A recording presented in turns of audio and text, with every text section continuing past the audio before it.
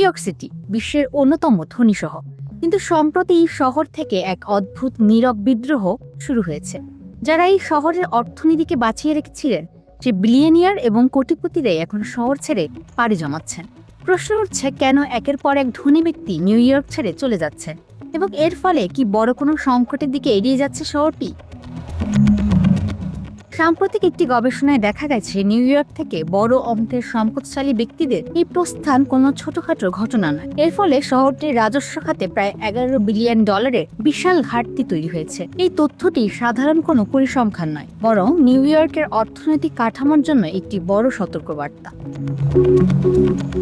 বিশেষজ্ঞদের মতে এই এক্সোডাসের পেছনে মূল কারণ হল উচ্চ কর হার এবং জীবনযাত্রার ব্যয়। পল এলিয়েটের মতো কর বিশেষজ্ঞ এবং অর্থনীতিবিদরা সতর্ক করেছেন যে ধনীরা যখন শহর ছাড়ে, তখন তারা শুধু নিজেরা যায় না, বরং তাদের বিশাল করের টাকা এবং বিনিয়োগগুলো সঙ্গে নিয়ে যায়। এর ফলে সরাসরি প্রভাব পড়ছে শিক্ষা, স্বাস্থ্য এবং অবকাঠামোগত উন্নয়নের উপর।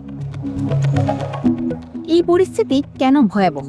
কারণ নিউ ইয়র্কের রাজস্বের একটি বিশাল অংশ আসে এই উচ্চ আয়ের মানুষদের কাছ থেকে। যখন এই আয়ের উৎস সংকুচিত হয়, তখন সিটি কর্তৃপক্ষ চাপে পড়ে যায়। তারা হয় জনসেবার খরচ কমাতে বাধ্য হয়, নয়তো সাধারণ মানুষের উপর বাড়তি করের বোঝা চাপিয়ে দেয়। ফলে মধ্যবিত্ত শ্রেণীর ওপরও চাপ বাড়ে।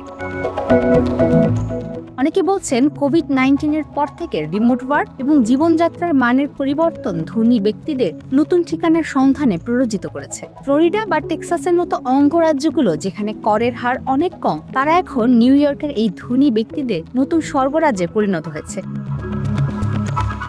নিউ ইয়র্ক কি এই ধনী ব্যক্তিদের ফিরিয়ে আনতে পারবে, নাকি এটি একটি দীর্ঘমেয়াদী অর্থনৈতিক পতনের শুরু? বিশেষজ্ঞরা মনে করছেন, যদি কর কাঠামো এবং ব্যবসায়িক পরিবেশে বড় কোনো পরিবর্তন না আসে, তবে এই ধাক্কা সামলানো কঠিন হবে। আপনার কি মনে হয়, নিউ ইয়র্কের এই সংকট কি সমাধানযোগ্য? আমাদের কমেন্টে জানান।